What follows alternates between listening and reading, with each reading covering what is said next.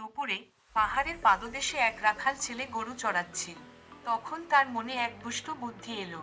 সে গ্রামের মানুষদের ঠকানোর জন্য জোরে চিৎকার করতে লাগলো, বাঘ বাঁচাও, আমাকে বাঁচাও। তার চিৎকার শুনে গ্রামের লোকেরা লাঠিসোঁটা নিয়ে দৌড়ে এল। কিন্তু এসে দেখে রাখাল ছেলে কিরিকিরি করে হাসছে। গ্রামের লোকেরা রেগে গিয়ে তাকে বকাঝকা করে ফিরে গেল। কয়েকদিন পর রাখাল ছেলেটি আবারও একই কাজ করলো। বাঘ বাঁচাও, আমাকে বাঁচাও বলে চিৎকার করতে লাগলো। গ্রামের লোকেরা আবারও ছুটে এল, কিন্তু এবারও দেখে সে আনন্দে নাচছে আর হাসছে।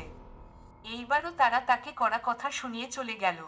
কিন্তু একদিন সত্যিই এক বিশাল বাঘ এলো।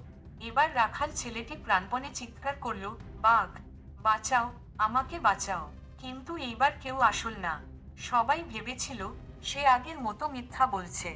ফলস্বরূপ বাঘটি তাকে ধরে নিয়ে গেল। মিথ্যা বলার কারণে তার এমন দুর্দশা হলো। এই গল্পটি আমাদের শেখায় যে বারবার মিথ্যা বললে সত্য কথাও কেউ বিশ্বাস করে না।